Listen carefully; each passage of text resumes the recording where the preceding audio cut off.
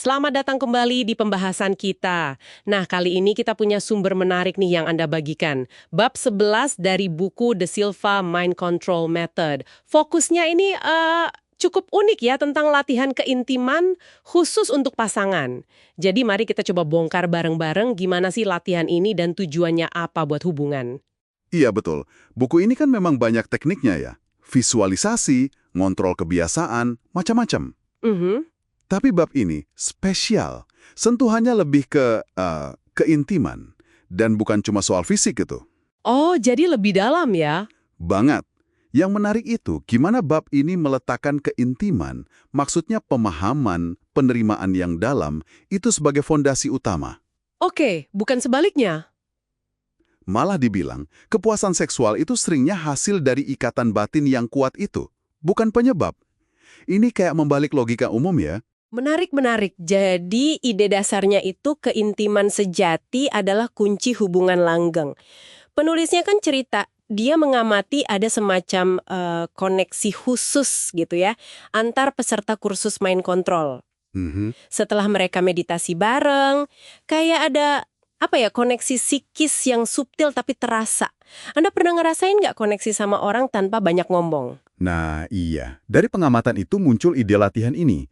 Gagasannya itu pasangan bisa sengaja gitu ya, menciptakan kedalaman hubungan. Menciptakan. Iya, kedalaman yang biasanya mungkin butuh waktu tahunan, bisa diciptakan lewat latihan meditasi bareng ini. Jadi ini bukan cuma relaksasi loh ya. Bukan sekedar rileks ya? Bukan. Lebih kayak membangun jembatan pikiran antar pasangan. Agak berani ya konsepnya. Berani. Dan wah, menarik banget sih. Oke, coba kita urai langkah-langkahnya deh. Biar Anda yang dengerin juga kebayang. Pertama nih, pilih tempat. Ini krusial katanya. Harus tempat yang bikin rileks, bikin happy, tapi buat berdua.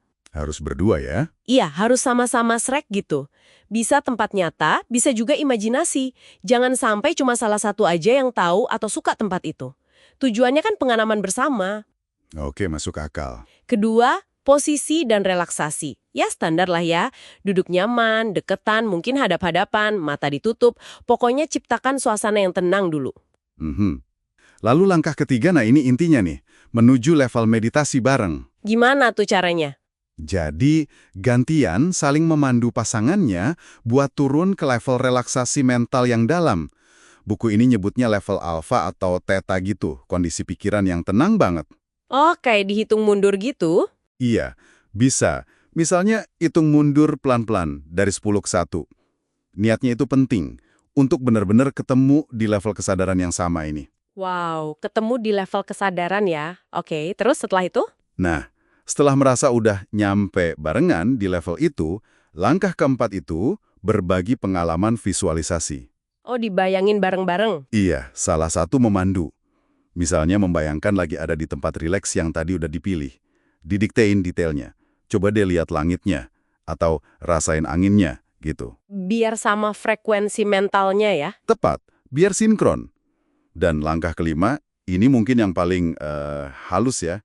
Komunikasi hening. Komunikasi hening maksudnya? Ya, setelah visualisasi tadi, cukup diem aja bareng-bareng. Cuma ngerasain kehadiran pasangan di level mental itu.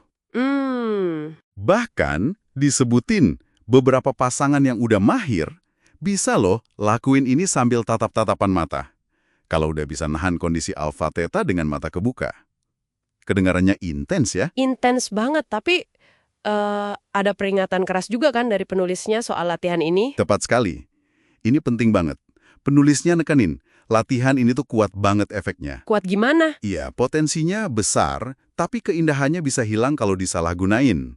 Atau kalau dilakukan tanpa pemahaman dan tujuan yang sama dari kedua belah pihak. Jadi nggak bisa sembarangan ya? Nggak bisa. Ini disarankan hanya buat pasangan yang emang serius, yang tulus pengen memperdalam komitmen, pengen hubungan yang lebih kaya, lebih tahan lama. Dan keduanya harus paham dan setuju banget soal tujuan latihan ini, bukan buat iseng atau coba-coba gitu. Tadi Anda sempat singgung soal seksualitas, penulisnya juga bahas itu kan kaitannya sama kondisi pikiran ini. Iya, disinggung juga. Jadi intinya pengalaman seksual itu bisa jadi jauh lebih dalam katanya. Lebih dalam gimana? Kalau pikiran kita lagi rileks, di level alfa itu, kita jadi lebih bisa ngalir aja sama pengalaman. Beda sama kalau di level beta, Kesadaran normal kita sehari-hari yang pikirannya aktif, analitis, kadang malah fokus ke teknik fisik aja. Oh, jadi lebih hadir gitu ya. Nah, itu dia. Being present secara total. Mengalir bersama momennya. Oke. Jadi kalau kita simpulkan nih, bab ini tuh nawarin potensi yang luar biasa ya, buat bangun keintiman emosional, keintiman psikis, yang dalam banget. Lewat apa? Lewat meditasi bareng yang terstruktur. Jadi ini lebih dari sekedar relaksasi biasa, ini tentang menciptakan koneksi pikiran yang disengaja gitu, kayak mungkin semacam jalan pintas ke kedalaman mugungan. Bisa dibilang begitu.